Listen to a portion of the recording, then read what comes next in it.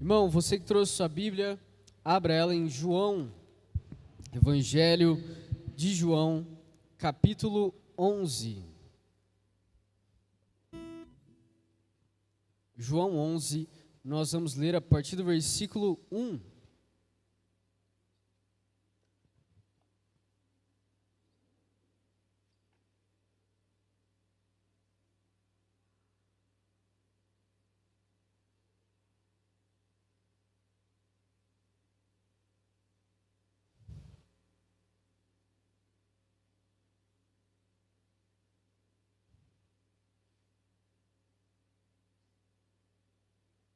João 11, versículo 1, diz assim: Havia um homem chamado Lázaro. Ele era de Betânia, do povoado de Maria e de sua irmã Marta. E aconteceu que Lázaro ficou doente.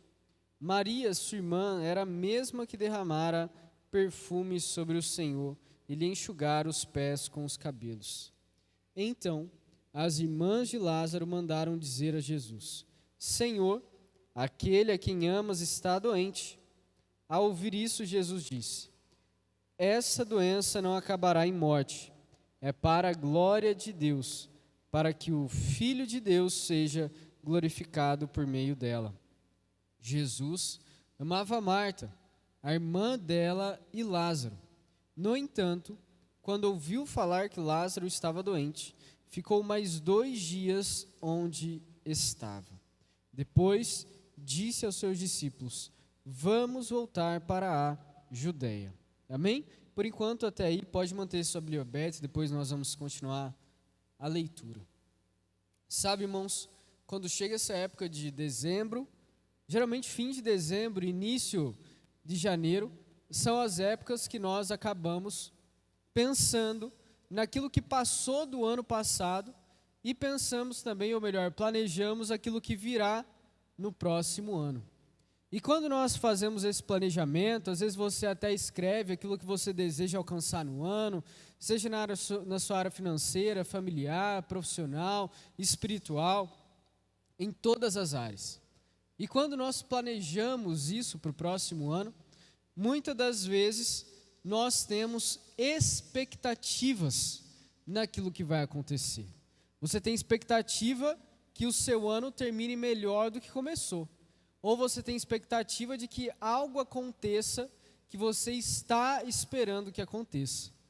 Mas sabe, meus irmãos, na nossa vida a gente pode trabalhar, a gente pode estudar, a gente pode correr atrás, mas quando nós colocamos expectativas em nós às vezes também colocamos outras expectativas em Deus, em coisas que talvez são difíceis para nós, ou em milagres que só Deus pode fazer na nossa vida. E quando nós pensamos nessas expectativas em Deus, nós esperamos de que a vontade de Deus seja a mesma vontade que nós temos.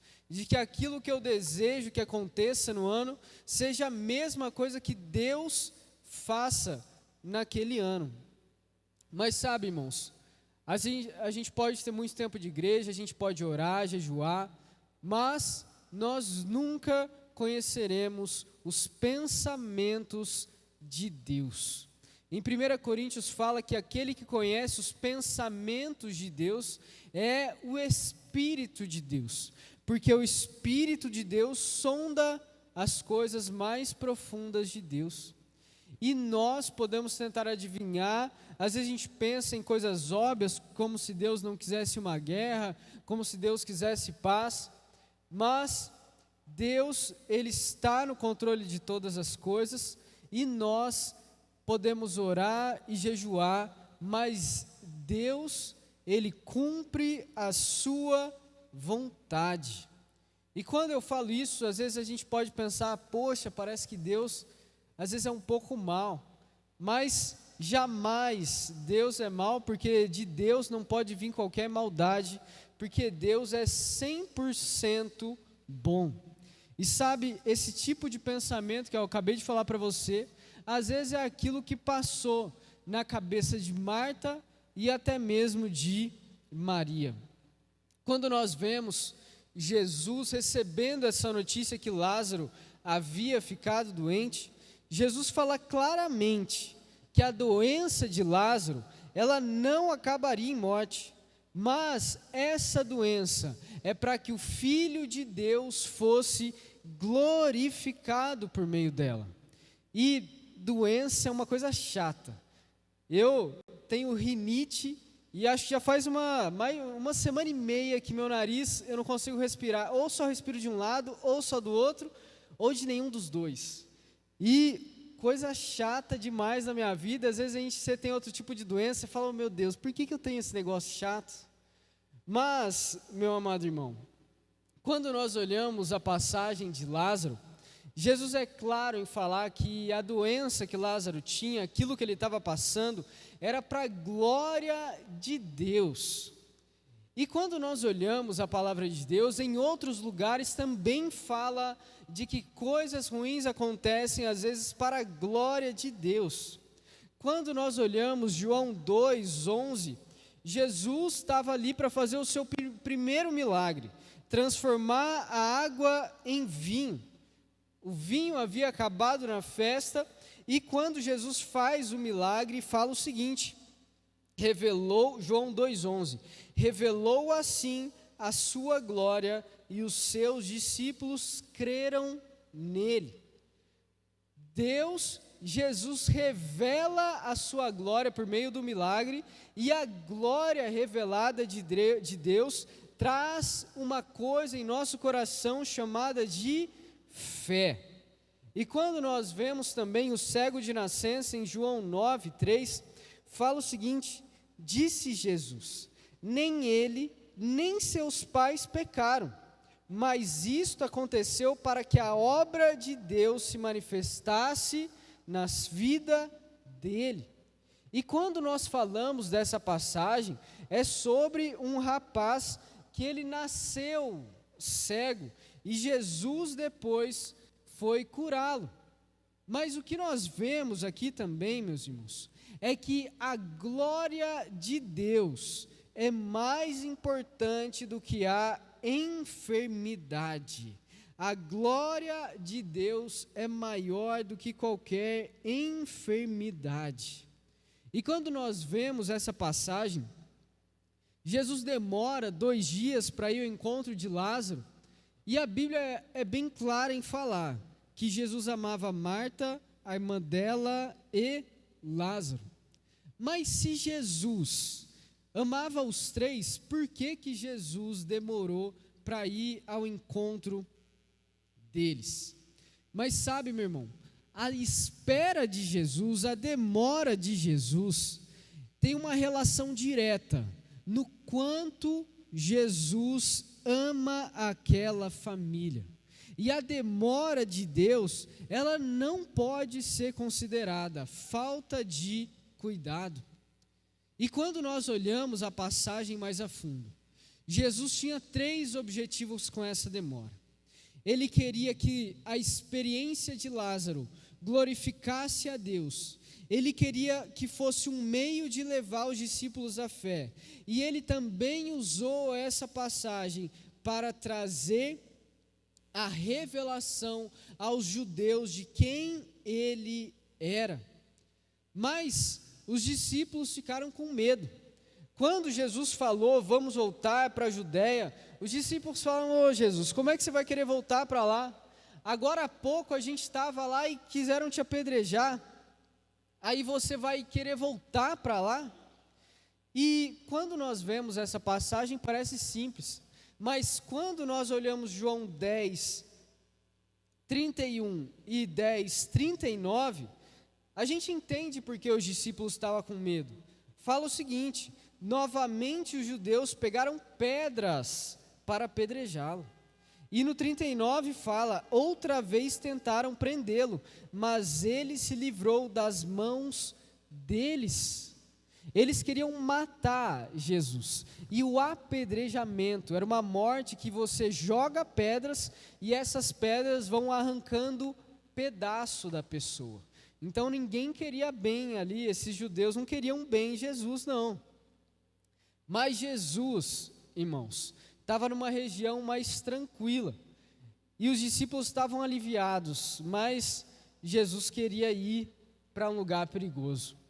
E então, Jesus responde no versículo 9, e eu quero ler com você.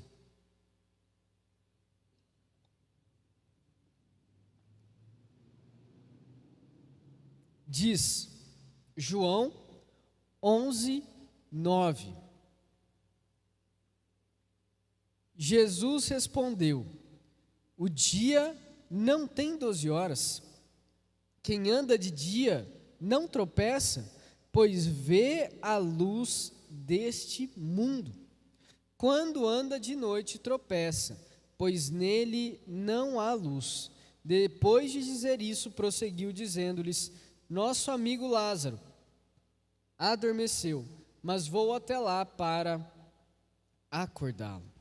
E sabe, meu irmão, quando Jesus fala sobre isso, ele fala na simbologia de que o dia tem 12 horas. E uma hora vai chegar meia-noite ou uma hora vai chegar meio-dia. E não importa o que você faça para mudar isso, uma hora, aquela hora chega.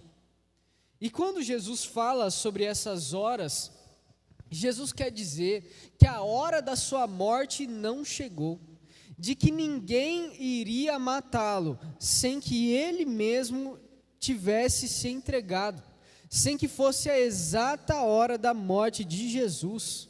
E sabe, meus irmãos, o diabo poderia querer parar Jesus, os judeus poderiam querer parar Jesus, mas nada iria interromper o avanço infalível de Jesus para nos salvar.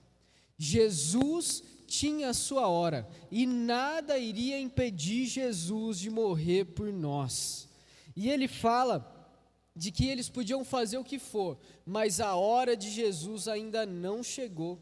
E o principal, de que ele iria cumprir a sua missão, e de que eles não estavam andando com um ser humano qualquer, eles não estavam andando com mais um galileu, eles estavam andando com o Filho de Deus, o Todo-Poderoso. E quem anda de dia não tropeça, porque anda com o Senhor Jesus. Você talvez até lembra daquela passagem: lâmpada para os meus pés é a tua palavra e luz que ilumina o meu caminho. E quem anda com Jesus, meu irmão, anda nessa luz. Quem anda com Jesus não anda nas trevas. Quem anda com Jesus busca aquilo que vem do próprio Deus. E nós precisamos do Senhor Jesus para não tropeçarmos na nossa vida. Mas os discípulos não entenderam isso. Jesus falou em metáfora, mas eles não compreenderam. E Jesus ainda não tinha falado da morte de Lázaro. Os discípulos pensaram que Jesus estava falando de um sono, mas quando nós vemos Jesus, ele quer despertar a fé nos seus discípulos. Se existe alguém que estava feliz de não ver Lázaro morrer, era Jesus. No versículo 14 diz: Lázaro morreu. E no 15: e para o bem de vocês, estou contente por não ter estado lá, para que vocês creiam. Repita comigo: para que vocês creiam. E quem vai responder com fé é um discípulo chamado Tomé. Ele fala: vamos também para morrer com ele. E sabe, meus irmãos, essa passagem me lembra Marcos 9, 24. Quando um pai de um menino endemoniado chega até Jesus e ele pede para Jesus: creio, ajuda-me a vencer a minha incredulidade. E sabe, meus irmãos, às vezes você vem para a igreja buscando algo do Senhor para aumentar a sua fé, Mas quando nós olhamos para os milagres de Jesus e para a obra de Jesus, ela serve de alicerce para a nossa fé. Nós não precisamos ver Jesus para crer nele. Eu não precisei ver uma foto de Lázaro abraçado com Jesus e as faixas no corpo para quê? Para crer. Mas cada um de nós que estamos aqui podemos crer, porque o Espírito Santo nos trouxe a fé. E quando você crê no Senhor Jesus verdadeiramente, e quando essa fé eficaz e viva na sua vida, ela traz uma transformação no seu coração, na sua vida, em tudo que você é. Mas sabe, meu irmão, essa fé que nos traz salvação, ela é uma fé que trouxe em Tomé algo chamado resignação, de que é quando nós nos submetemos à vontade de alguém ou ao destino que o Senhor nos traz. E essa submissão, ela vem porque nós cremos que a vontade de Deus, ela é boa, ela é perfeita e ela é agradável. Pensa bem Tomé falando isso. Jesus quer ir para um lugar perigoso e Tomé fala: se Jesus quer morrer, vamos morrer com Jesus. Apesar da gente não ver essa fé tão eficaz mais para frente, mas nós vemos de que a fé em Jesus nos leva a nos submeter à vontade do Senhor Jesus. E quando nós olhamos a continuação, ela nos traz uma mensagem maior ainda. E eu quero ler com você a partir do versículo 17.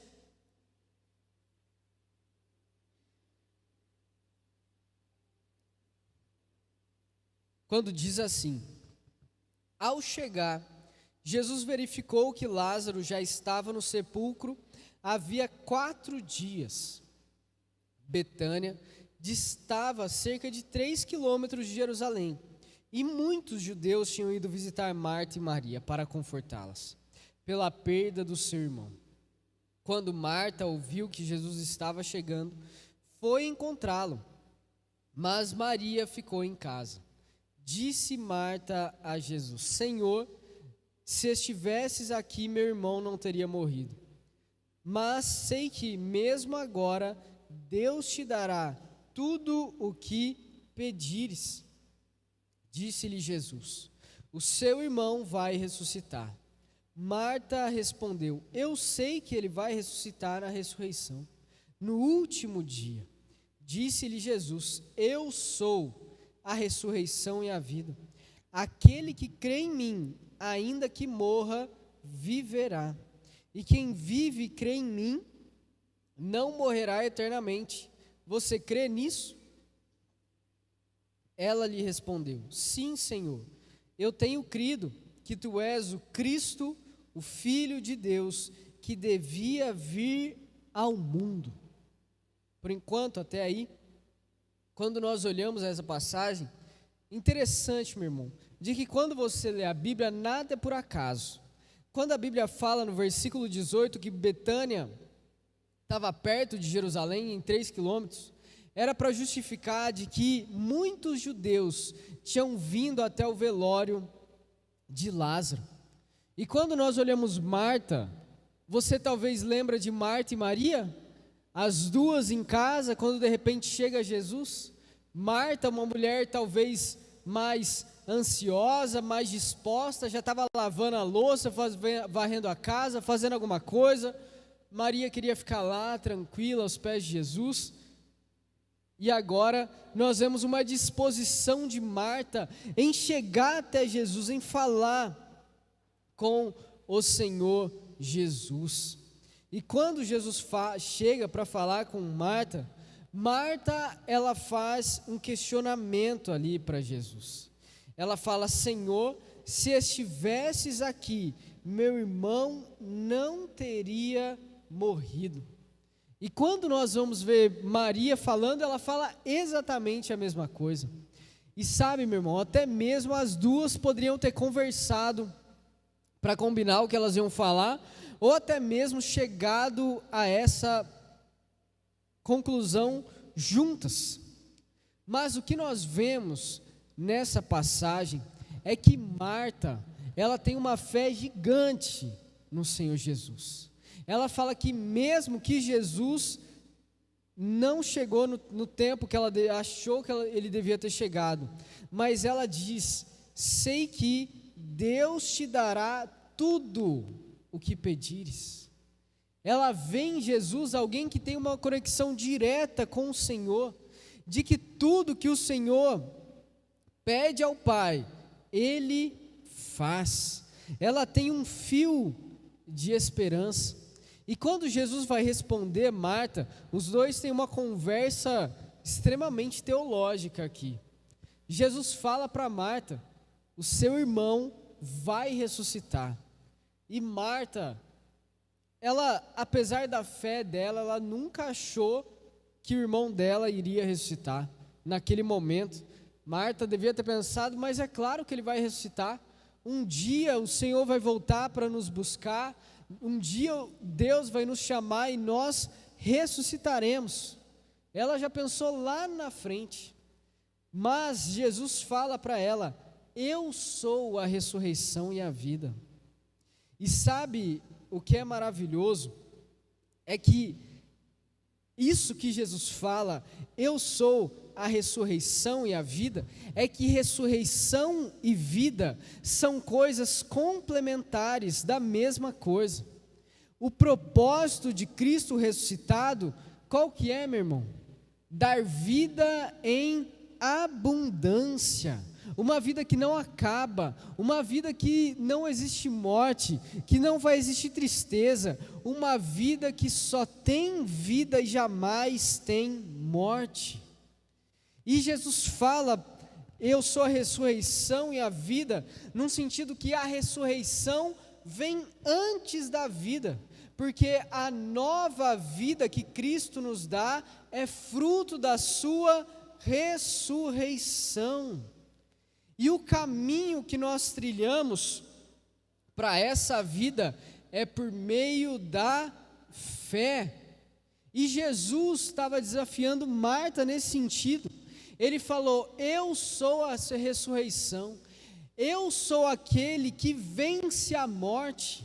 A morte para mim não é o meu ponto final. A morte para mim não é um lugar onde você chega e acabou. A morte para mim é alguém que vai ser derrotada.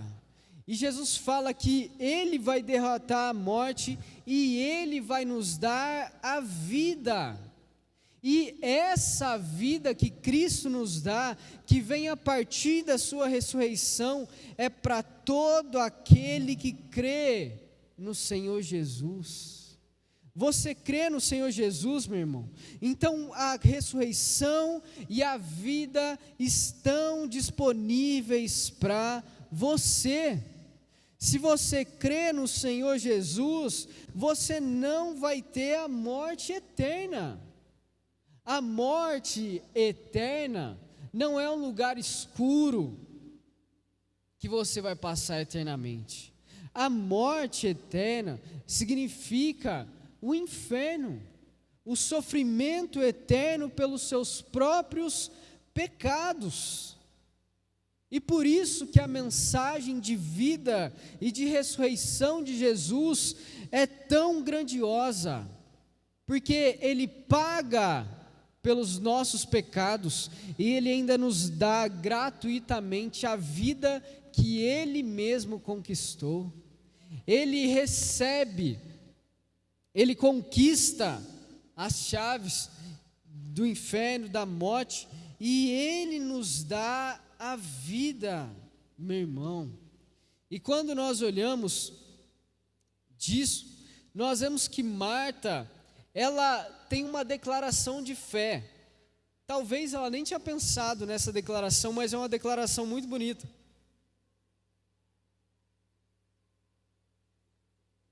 Que ela fala: tenho crido que tu és o Cristo, o Filho de Deus, que devia vir ao mundo.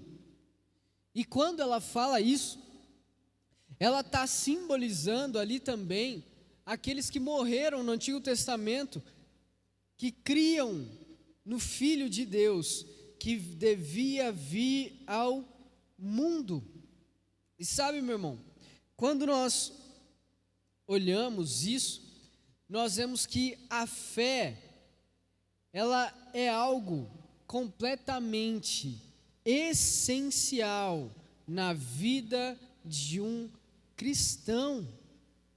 Quando nós olhamos essa passagem, nós vemos que a fé de Marta, ela não precisou ver Jesus ressuscitado, ela não precisou ver Lázaro ressuscitado, mas ela ainda assim, ela cria no Senhor Jesus. Ela tinha visto seu irmão morrer. Ela, se fosse nos tempos de hoje, tinha mandado uma mensagem no zap para Jesus: vem logo que Lázaro está morrendo. Talvez ela tinha ligado até de chamada de vídeo para mostrar como Lázaro estava. Mas ela não precisou ver Lázaro ressuscitado para crer no poder de Jesus. Ela não precisou ver Jesus ressuscitado para crer nele. Marta, ela já cria no Senhor Jesus. Ela acreditava que o Senhor Jesus era o Messias, e tudo isso através da fé. Mas então, depois que Jesus fala com Marta, Jesus vai falar com Maria. E quando nós olhamos essa passagem, quando nós vemos Marta, ela vai chamar Maria, ela corre até Maria e fala: Maria, o mestre está aqui e ele está te chamando. Mas aí, quando nós vemos Maria encontrando com o Senhor Jesus, ela sai correndo, e muitos judeus que estavam ali junto dela vão atrás dela para encontrar também com o Senhor Jesus, achando que ela ia até mesmo no sepulcro. Mas aí, quando ela encontra com o Senhor Jesus, ela se prostra diante do Senhor Jesus, ela fica de joelhos diante do Senhor Jesus. E sabe, meus irmãos, claramente nós vemos Maria uma mulher muito mais emotiva. E quando Maria chega diante de Jesus, Maria fala para Jesus: Senhor, se estivesses aqui, meu irmão não teria morrido. E a palavra fala que quando Jesus vê Maria chorando, os judeus acompanhando ali também a Maria, fala que Jesus ele se agita no seu espírito, que Jesus ele se perturba no seu espírito. Jesus ali nesse momento, ele estava vendo uma moça que chorava pelo seu irmão. Ele estava vendo vários judeus que no futuro talvez iriam até mesmo clamar por Barrabás para ser solto. E quando nós vemos Jesus nesse lugar, vendo aqueles pecadores ao seu redor, vendo tudo aquilo que aconteceu, Jesus estava vendo de que como o homem sofre pelos seus próprios pecados. E sabe, meus irmãos, de que como às vezes o coração do homem ele é duro, porque esses judeus, eles iriam ver um homem ressuscitado, iriam ver Jesus ressuscitando um homem, mas ainda assim, eles iriam pedir a morte de Jesus. E aí então, eu quero ler com você a partir do versículo 38.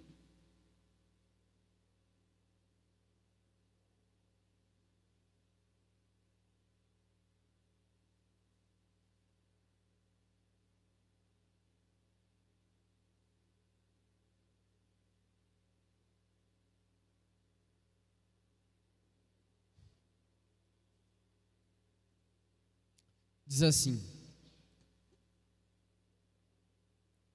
Jesus, outra vez profundamente comovido, foi até o sepulcro. Era uma gruta com uma pedra colocada à entrada. Tirem a pedra, disse ele. Disse Marta, irmã do morto: Senhor, ele já cheira mal, pois já faz 4 dias. Disse-lhe Jesus: não lhe falei que, se você cresce, veria a glória de Deus? Então tiraram a pedra. Jesus olhou para cima e disse: Pai, eu te agradeço porque me ouviste. Eu sei que sempre me ouves, mas disse isso por causa do povo que está aqui, para que creia que tu me enviaste. Depois de dizer isso, Jesus bradou em alta voz: Lázaro, venha para fora. O morto saiu, com as mãos e os pés envolvidos em faixas de linho e o rosto envolto num pano. Disse-lhe Jesus: tirem as faixas dele e deixem-no ir. Sabe, meus irmãos, quando Jesus olha para Maria chorando, Jesus tem compaixão dessa mulher e Jesus chora.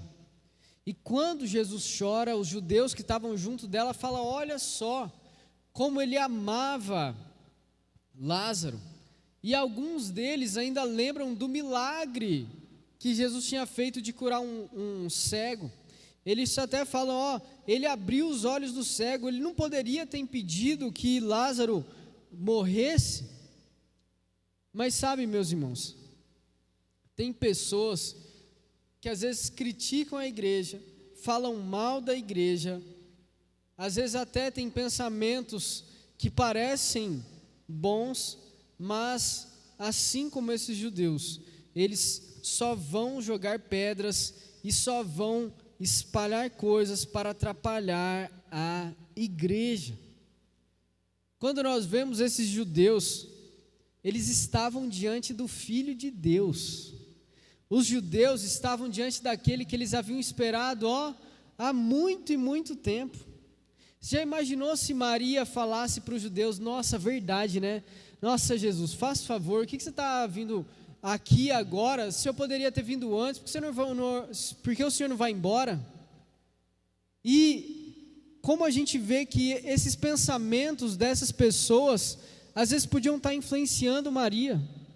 E sabe, meu irmão, às vezes você fica dando ouvidos para pessoas que falam mal da igreja, falam mal dos pastores, falam mal dos irmãos, e você fica se deixando influenciar por isso. E aí você fala: tudo bem, eu ouvi uma hora ou outra, mas água mole em pedra dura, tanto bate até que fura. Aquilo ali todo dia pingando na sua mente, alguém falando mal da igreja, falando mal do pastor, falando mal dos irmãos, falando disso, falando daquilo, e é fofoca aqui, fofoca dali, e você vai dando ouvido, às vezes passa para um, passa para o outro, aquilo vai crescendo, até que você se torna um desengrejado da mesma forma que os outros desengrajados. Cuidado, meu irmão, para você não se perder com aquilo que ímpios falam na sua cabeça, com aquilo que descrentes falam na sua cabeça, com aquilo que pessoas que estão desviadas falam na sua cabeça, e às vezes você se deixa levar por isso. A igreja, como pessoas, ela não é perfeita, mas a igreja é santa, porque ela pertence a um Deus santo, e todos nós aqui carecemos da graça de Deus. Nós jamais seremos perfeitos, nós buscamos o Espírito Santo na nossa vida, e precisamos da graça de Deus. Então, quando você ouvir determinadas coisas, que você repreenda, e não queira ficar dando bola para coisas que só vão atrapalhar a sua fé, e que vão despertar ira no seu coração, ódio, e você acaba pecando por dar ouvido a certas pessoas. E quando Jesus então chega diante do sepulcro, era uma gruta, Você já imaginou Jesus chegando diante daquela gruta e falando: tirem a pedra? E Marta, a mesma que confessou que Jesus é o Filho de Deus, a mesma que falou que tudo que Jesus pediu o Senhor vai dar, falou: Senhor, ele já cheira mal 4 dias, e esses 4 dias aí é porque os judeus não tinham como contestar que ele estava só dormindo. Mas Jesus fala uma coisa maravilhosa: não lhe falei que se você cresce, veria a glória de Deus? Jesus está falando do que, meu irmão? De fé. Se você cresce, você veria a glória de Deus. Qual que é a condição para alguém ver a glória de Deus? Fé. Essa é a condição para ver a glória de Deus. E sabe, meu irmão, Jesus olha para cima e ele fala: Pai, eu te agradeço porque me ouviste. E isso vai completamente ao encontro do que Marta falou: mas sei mesmo agora, Deus te dará tudo o que pedires. E Jesus olhando para o céu e falando: Pai, eu te agradeço porque me ouviste. E Jesus falando com o Pai, você imagina a Marta olhando e falando: eu falei, mas talvez eu duvidei. E quando Jesus fala: eu sei que sempre me ouves, mas disse isso por causa do povo que está aqui, para que creia. João 11:42.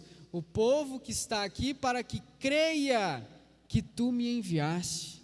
Jesus estava ali para despertar fé no coração dos seus discípulos, para despertar fé no coração desses judeus. Jesus estava ali cumprindo a sua missão.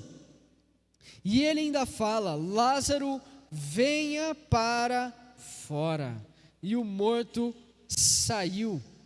E quando nós olhamos isso, meu irmão, nós vemos de que as expectativas que Marta e Maria tinham era de que, se elas avisassem Jesus a tempo, Jesus podia chegar e curar Lázaro. Mas elas nunca imaginaram que Jesus podia ressuscitar Lázaro. Elas nunca imaginaram que Lázaro ia morrer, e depois Jesus ia chegar, e depois Lázaro iria ressuscitar. E sabe, meu irmão, nós podemos ter expectativas em Deus, mas nós também precisamos estar preparados caso as nossas expectativas não sejam atendidas. E quando uma expectativa no nosso coração às vezes não é atendida, a gente pode se irar com Deus, questionar Deus, mas Deus pode estar fazendo alguma coisa maior do que você imaginou, e você, ao invés de agradecer a Jesus, ao invés de orar, você começa a reclamar do Senhor. Você começa a falar: Deus, se o Senhor realmente ouvisse a minha oração, aquilo teria acontecido. Mas sabe, meu irmão, quando Deus não atende às nossas expectativas, Ele pode estar fazendo algo melhor. E as nossas expectativas, por mais que a gente ore, por mais que a gente peça, nós sempre devemos colocar nas mãos de Deus, porque na oração que o próprio Jesus ensinou, em Mateus 6,10 diz: venha o teu reino, seja feita a tua vontade, assim na terra como no céu. E a Bíblia fala que a vontade de Deus é boa, agradável e perfeita. E você imagina Jesus, quando estava para passar no Calvário, lá em Mateus 26:39, ele fala: meu Pai, se for possível, afasta de mim este cálice, contudo, não seja como eu quero, mas sim como tu queres. Jesus se submeteu à vontade de Deus Pai. E nós, irmãos, nós podemos orar, nós podemos pedir, nós podemos ter expectativas nesse ano, mas que a nossa principal oração é que seja feita a vontade de Deus e não a minha, porque nós não podemos ver o futuro, nós não podemos ver a mente de Deus, entender a mente de Deus, nós não podemos entender tudo que Deus está fazendo, mas Deus sempre está trabalhando, e a vontade dEle sempre vai se cumprir em nossa vida. E nós precisamos achar um lugar em Deus, que nós entendemos a vontade de Deus e nos colocamos no nosso lugar de um simples ser humano, pecador, que é imperfeito, que é falho, mas que entrega a sua expectativa, as suas vontades na mão do Todo-Poderoso e crê que Deus pode fazer todas as coisas, mas se Ele não fizer, que seja feita a vontade dEle em nossa vida. E sabe, meu irmão, que nesse ano de 2025, você possa orar, possa pedir para Deus, possa colocar as coisas no altar do Senhor, e que você também seja maduro na sua fé, para entender que você não enxerga todas as coisas de Deus, de que até mesmo Marta e Maria, que viu Jesus pessoalmente, que sentaram pessoalmente para ouvir Jesus, elas tiveram uma expectativa em Jesus que não foi atendida, apesar de terminar muito melhor do que elas pensaram, né? Mas de que nós, meu amado, precisamos nos submeter à vontade de Deus e colocarmos as expectativas certas em Deus. Sabe, não devemos colocar expectativas erradas em Deus. Você nunca vai esperar que Deus desfaça uma família para você formar a sua família. Você nunca vai esperar que Deus abençoe você na sua área profissional, você às vezes atrapalhando alguém. Você nunca vai esperar que Deus te dê uma esposa, um marido, que às vezes termine um casamento para te abençoar.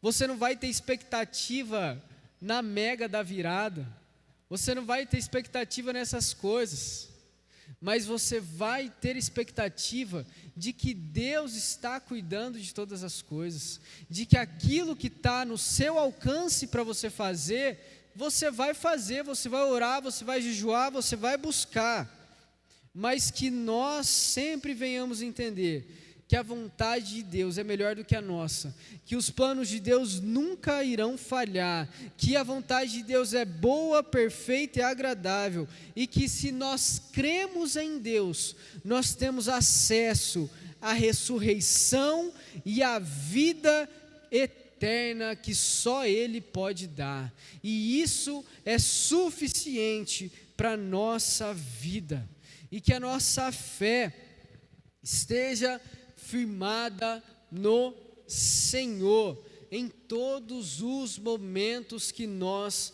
passarmos, que nós sempre venhamos a entender de que Deus, a vontade dEle é muito maior e melhor do que a nossa. Amém? Glória a Deus.